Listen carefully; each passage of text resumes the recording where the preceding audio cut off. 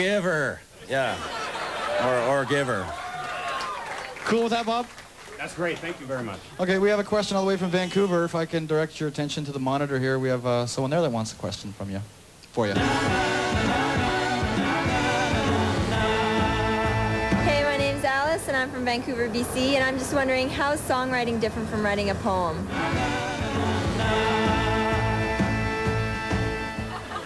And now it's up to you to give us an answer. Well, I really don't know, except that, you know, I think songwriting is kind of, is writing things that rhyme quickly with each other and really economizing what you do within the framework of the melody, right? You get the melody and you can hum it, and then you can hum it and hum it and hum it, and then, at least that's my new strategy, and then get lyrics that really fit that melody and be painstaking and wait for them and all that. Writing a poem, you can do a poem in like 10 minutes sometimes if it just feels right, and you look at it and you say, yeah, that really works, but... It's just... So, what happened? she's gone. Oh.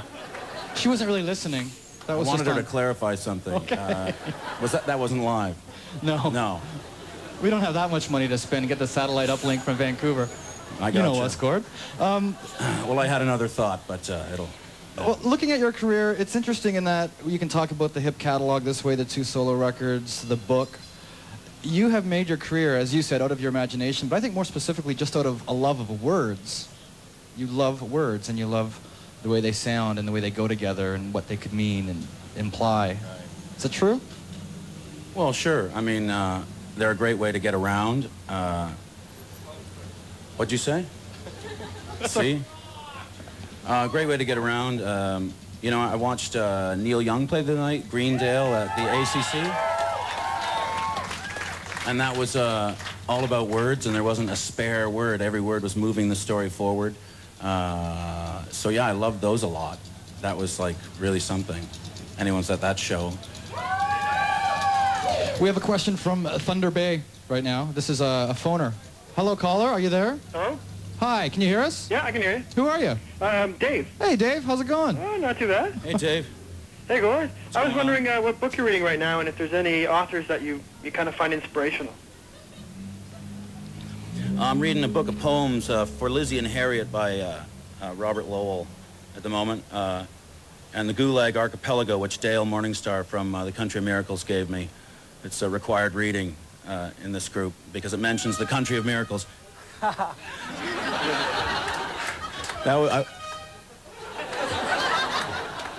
You guys are good in those bleeps. I was totally swearing. Think of everything. We have good people in the control room there. Yeah. Yeah. It's Toronto. It's what a town. Yeah. Yeah. Well, an email question. This one's from Bowmanville. Jim Vaughn Evans. This is a huge fan of yours, and he loves both your CDs. He says he hopes you don't mind that he's going to compare you to Bob Dylan, in the sense that the people in the media are constantly trying to figure out you and your lyrics out, and you feel it necessary for the listener to get your songs. I think Jim deserves applause for being brave and admitting he doesn't get it. He doesn't understand. Understand what? The lyrics. And at all? Most of them. Well... Because if anyone can read the poetry book, and I went through it again last week, I think I have to admit, I scratched my head a few times. But again, there's that love of words and the way the words go together and they flow. And it says something to them where I don't think it was that to you when you were writing it. Does that make sense? No, it's very brave, Bill. You know, sit here and... yeah, I don't know. I forgot the question. Who is... I love those words so much. The fact that he...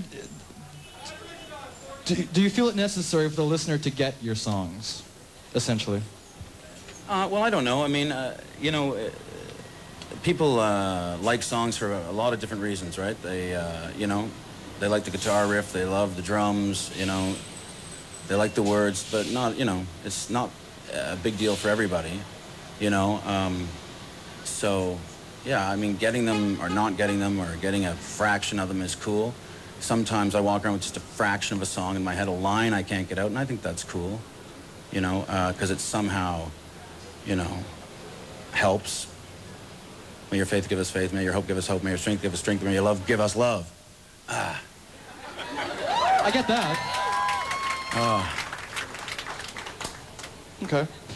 We're still going to be doing a lot of talking, and Gord and the Country of Miracles are still going to be performing. So we do not want you to go away because it all continues right after this. Intimate and interactive with Gord Downie.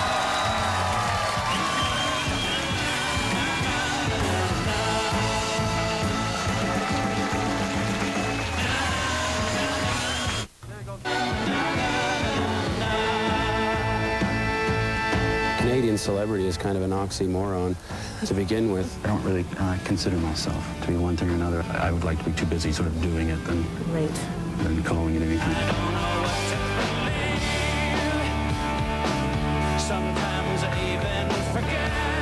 Do you consider yourself a nationalist? No. No. No. And that would seem to denote a certain sense of superiority over others.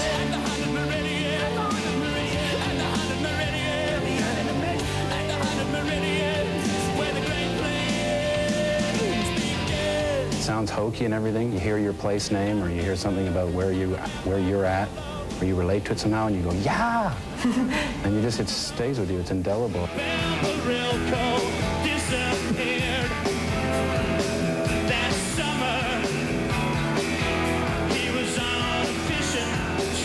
I want to know what it feels like to be massive Canadian icons here. You know, I don't think it feels that different than being unmassive American icons. Do you like being an icon? Like made of wood? No, I can't move. I'm stiff all the time. You know, and water is a bitch.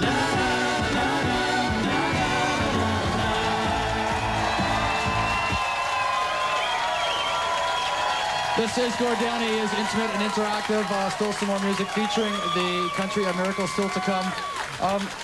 Watching that bit of tape there, it was brought up a couple of times, the word icon, and you've been tagged with that for several years now.